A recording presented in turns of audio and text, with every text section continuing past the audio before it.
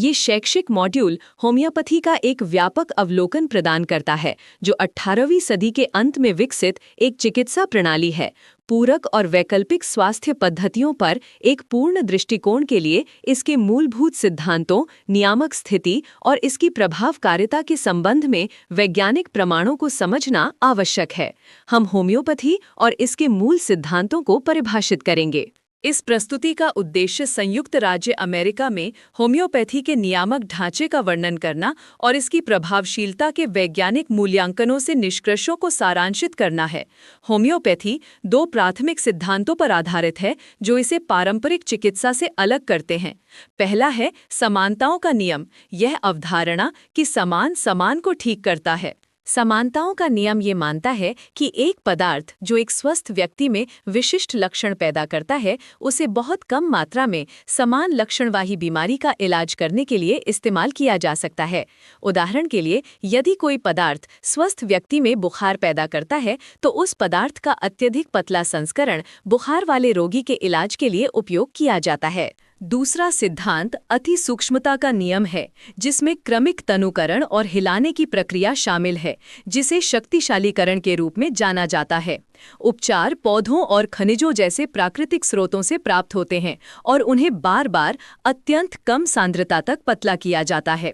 यह प्रक्रिया होम्योपैथिक तैयारियों के निर्माण के लिए केंद्रीय है। होम्योपैथिक सिद्धांत के अनुसार एक उपचार जितना अधिक पतला होता है, उतना ही अधिक शक्तिशाली होता जाता है। ये पारंपरिक औषधि विज्ञान के विपरीत है, जहां उच्च सांद्रता से आमतौर पर मजबूत प्रभाव उत्पन्न होते हैं। कई तैयारियां, जैसे कि 30C तनुकरण, इतनी पतली होती हैं कि उनमें मूल सक्रिय घटक के कोई मापने योग्य अणु नहीं होते हैं। क्योंकि इन उपचारों में अक्सर सक्रिय रासायनिक अणु नहीं होते हैं, इच्छित तंत्र को शरीर की महत्वपूर्ण ऊर्जा या उपचार क्षमता की उत्तेजना के रूप में वर्णित किया जाता है।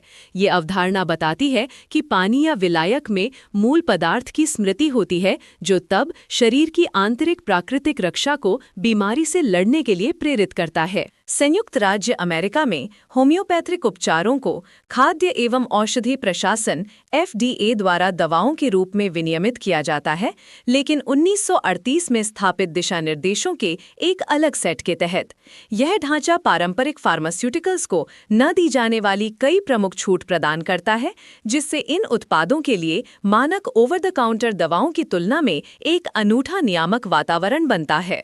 निर्माताओं को अपने उपचारों को जनता को बेचने से पहले FDA को उत्पाद प्रभावकारिता या सुरक्षा के प्रमाण प्रस्तुत करने की आवश्यकता नहीं होती है। इसके अतिरिक्त उत्पाद जारी करने के लिए सक्रिय अवयवों की पहचान और शक्ति की पुष्टि के लिए प्रयोगशाला परीक्षण अनिवार्य नहीं है, जो फार्मास्यूटिकल दवाओं के लिए आवश्यक कठोर परीक्षण से एक महत्वपूर्ण प्रस्थान है। होम्योपैथिक उत्पादों को शराब की मात्रा की मानक सीमाओं से भी छूट दी गई है, जिसका उपयोग अक्सर तनुकरण के रूप में किया जाता है। हालांकि नियमों के तहत लेबल पर उत्पाद को होम्योपैथिक के रूप में पहचानना और विशिष्ट अवयवों को सूचीबद्ध करना आवश्यक है। यह सुनिश्चित करता है कि उपभोक्ता इन उत्पादों को अन्य प्रकार के पूरकों या पारंपरिक दवाओं से अलग कर सकें।